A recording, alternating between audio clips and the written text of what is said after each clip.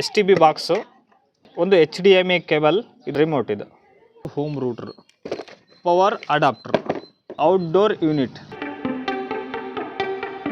Jio air ಫೇಬರ್ದು ಐಟಮ್ಗಳು. ಅಂದರೆ ಜಿಯೋ ಏರ್ ಫೇಬರ್ ಇನ್ಸ್ಟಾಲೇಷನ್ ಮಾಡೋಕ್ಕೆ ಬಂದರೆ 3 ಐಟಮ್ ಕೂಡ ಬರ್ತವೆ. ಒಂದು STB ಬಾಕ್ಸು, ಜಿಯೋ ಏರ್ ಫೇಬರ್ದು ಹೋಮ್ ರೂಟ್ರು, IDU ಅಂತೀವಿ, ಇಂಡೋರ್ ಯೂನಿಟ್, ಔಟ್ಡೋರ್ ಯೂನಿಟ್. ಅಂದರೆ ಇದೇ ಜಿಯೋ ಏರ್ ಫೇಬರ್ದು ಸೆಟಪ್ ಬಾಕ್ಸ್. ಸೊ ಅದನ್ನು ಈಗ ನಾನು ಓಪನ್ ಮಾಡ್ತಿದ್ದೀನಿ. ಸೊ ಇದರೊಳಗೆ ಏನೇನು ಇರ್ತದಪ್ಪ ಅಂದರೆ, ಸೊ ಒಂದು STB ಬಾಕ್ಸು ಹಾಗೂ ಯೂಸರ್ ಮ್ಯಾನಲ್ಲು, ಒಂದು HDMI ಕೇಬಲ್, ಇದು 4Kಗೂ ಕೂಡ ಸಪೋರ್ಟ್ ಆಗುತ್ತೆ, adapter, 12 voltage, 1.5 amps output, remote. ಇದು STB ಬಾಕ್ಸಲ್ಲಿ LED ಇಂಡಿಕೇಟರ್ ಇರುತ್ತೆ. ಅಂದರೆ ಒಂದು HDMI ಪೋರ್ಟ್ ಇದೆ ಹಾಗೂ ಒಂದು ಲ್ಯಾನ್ ಇದೆ.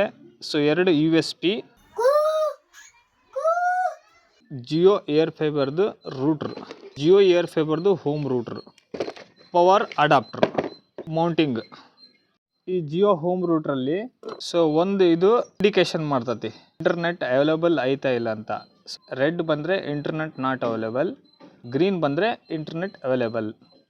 ಪವರ್ ಅಡಾಪ್ಟರ್ ಕನೆಕ್ಟರ್ ಇದೆ, ಒಂದು ಲ್ಯಾನ್ ಇದೆ, 1 2 3 4 ಲ್ಯಾನ್ಗಳನ್ನು ಕನೆಕ್ಟ್ ಮಾಡ್ಕೋಬೋದು. ಸ್ನೇಹಿತರೆ, ಇದನ್ನು ನಾವು ODU ಅಂತೀವಿ, ಆಡು ಭಾಷೆಯಲ್ಲಿ ಆ್ಯಂಟಿನಾ ಕೂಡ ಅಂತ ಹೇಳ್ಬೋದು. ಔಟ್ಡೋರ್ ಯೂನಿಟ್, ಆ್ಯಂಟಿನಾ, ಇದು ಇನ್ಪುಟ್ಟು, ಇಂಡಿಕೇಶನ್ ಇದೆ, 2 ಕೂಡ ಗ್ರೀನ್ ಇರಬೇಕು. ಗ್ರೀನು ಇರಲಿಲ್ಲಪ್ಪ ಅಂದರೆ ರೆಡ್ ಹೊಡಿತಾ ಇದ್ದರೆ, ಸೊ ಇಲ್ಲಿಂದ ಲ್ಯಾನ್ RJ45 ಕನೆಕ್ಟರ್ ಮಾಡಿರ್ತೀವಲ್ಲ, ಅಲ್ಲಿಗೆ ಪ್ರಾಬ್ಲಮ್ ಬಂದಿರ್ತತಿ.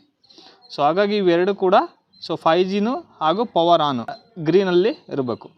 ಬ್ಯಾಕ್ ಸೈಡ್ ಬಂದರೆ ನಾವು ಸೊ ಇದ್ರದ್ದು 4 ಸೈಡ್ ಬೋಲ್ಟ್ ಹಾಕೋ ಸಿಸ್ಟಮ್ ಇದೆ, ಅಂದರೆ ಫಿಕ್ಸ್ ಮಾಡಬೇಕಲ್ಲ.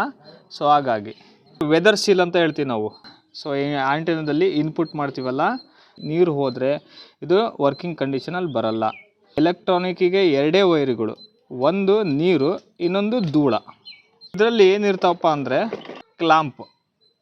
ಕೋಳಿ ಮೊಟ್ಟೆ ಇಟ್ಟತಿಲ್ಲ, ನೋಡಬೇಕು. ಓ, ಮೊಟ್ಟೆ ಇಟ್ಟಾಳೆ. ಸ್ಕ್ರೂ ಹಾಗೂ ಗಟ್ಟಗಳು ಇದ್ದಾವೆ. ಈ ಸೈಡ್ ಕೂಡ ಬೋಲ್ಟ್ ಇದೆ, ಈ ಸೈಡ್ ಕೂಡ ಬೋಲ್ಟ್ ಇದೆ. ಇದನ್ನ ಎರಡನ್ನು ಲೂಸ್ ಮಾಡ್ಕೊಂಡು ಸೊ ಫಸ್ಟ್ನ ಇದನ್ನು ಫಿಟ್ ಮಾಡ್ಕೊತೀವಿ. ಅದಾದಮೇಲೆ ಇದನ್ನು ನಾವು ವಾಲಿಗೆ ಅಥವಾ ಪೈಪ್ ಪೋಲಿಗೆ ಸೊ ನಾವು ಫಿಟ್ಟಿಂಗ್ ಮಾಡ್ಕೊತೀವಿ.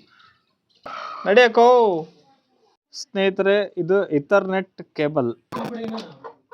ನನಗೆ ಬೈಕಂತ ಹೊಂಟ್ಲು ಕೆಟಗರಿ 8 ಅಕ್ಕ ಬೈಕಂತ ಹೊಂಟಲ್ಲಕ್ಕ.